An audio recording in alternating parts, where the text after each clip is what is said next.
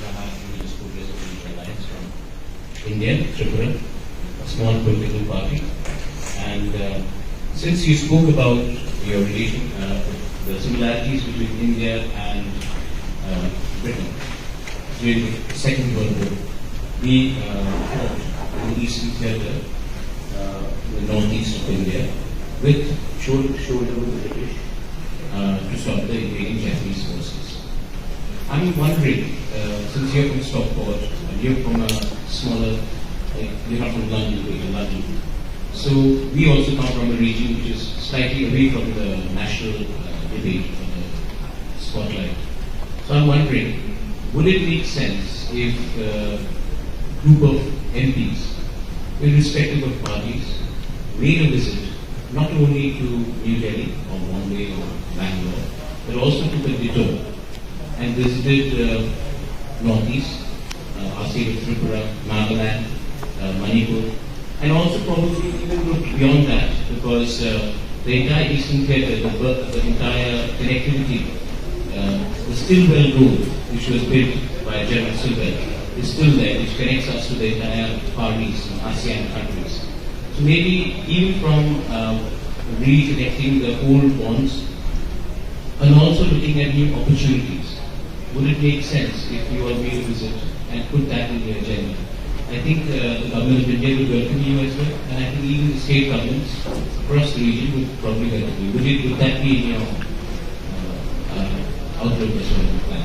I think that's a really important point, and in the UK actually we've had devolution. We started off with Scotland, it's got their own parliament and powers now. We've got the Welsh government that have devolution and their own powers, and they're in power and they implement things differently. And in England now we've got Metro Mayors, so I talked about our Greater Manchester Mayor Andy Burnham, and he's got devolved powers. We've got West Yorkshire Mayor who's just devolved and franchised to buskers, and they've got much more control at local level now. So I think it's really important that we have events and we link up at a much more regional and sub-regional level, because our economies are different. Your economy is different where you are compared to New Delhi. You know, it's completely different around how things operate and how those links can work. So I think there is a push in the UK politics at the moment, because they think that Westminster politics has failed them. You know, there's been a frustration, shall we say, from our population around Westminster politics.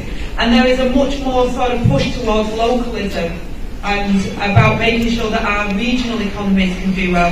So I actually think there's something very positive about what you're saying, and I'll take that as an invite and we'll definitely be in touch. But there is something very positive about reaching out beyond the national politics or even political parties and going right down to the local level, speaking to our Metro Mayors, speaking to our politicians, whether that's in the Scottish Parliament, whether that's in the Welsh Parliament, because they have their own governments there as well, or whether that's within our regional structures as well. And you'll find that there is a diversity and powers and levers that can bring those relationships more closer together without the bureaucracy that you may find when you're trying to do it from a central spot downwards. And I think there is a definite push in the UK towards that. Our electorate want more control and power at source where they're at, because what's happening in Sheffield is completely different to what's happening in London. Their way of life is completely different, and one size does not fit all, and the UK have recognised that,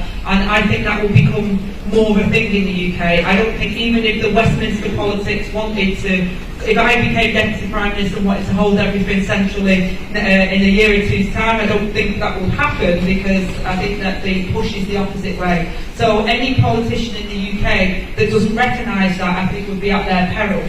I think the fashion, the mode of transport, the direction in which we're going at the moment is towards more regional devolution. So I think those links that we could make are actually very crucial to make them at local levels as well, and to reach out. Sometimes it's a lot harder to get that at central level, but actually it can be incredibly fruitful to do it at local levels, because local industries within that area and industries within India, in pockets where things, you may have a particular manufacturing in a particular area that actually would link very much with one of our areas in the UK. So I think it's a very, very good idea, very prudent move to do that as well.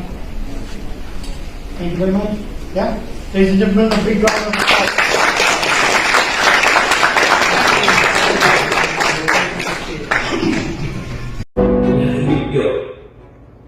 look at me, I was in politics, I led the largest, oldest political party in my state. I was the president of the Congress party. But there were certain contradictions in my belief and what my party was doing at that time. I left that party. I started something on my own. And today I'm extremely proud that my Bikram Maharaja, which is the Bikram Indigenous Region Progressive Alliance, my party, today is not an offshoot of Congress. It's much bigger than the party we left. Why? Because I went back to the fundamental. I went back to my people. I went back to my community. And I said, you know what? It may be a difficult road ahead, but let's give it a shot. And today, being invited here in Oxford, I feel honored, I feel humble, but more importantly, I can go back to my state and talk to my people, Bengalis, Tripolis, Hindus, Muslims, Christians, Buddhists, my Tikrasa people, and I can tell them that, you know what, at least people have started hearing who we are.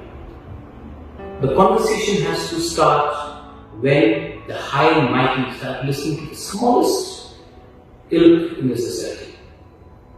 And that is the true democracy that I believe.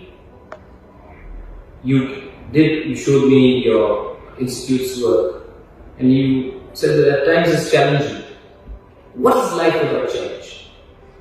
Today, I can proudly say that standing here, when I go back to my country, I will challenge the high and mighty. Because what is the most important thing in life? Some people say money, some people say fame. You know what I figure? I have money. I have fame. I guess I still have fame. But you know what is one thing which I desire the most? It's called credibility. It's called commitment. It's called a drive to prove something, a legacy.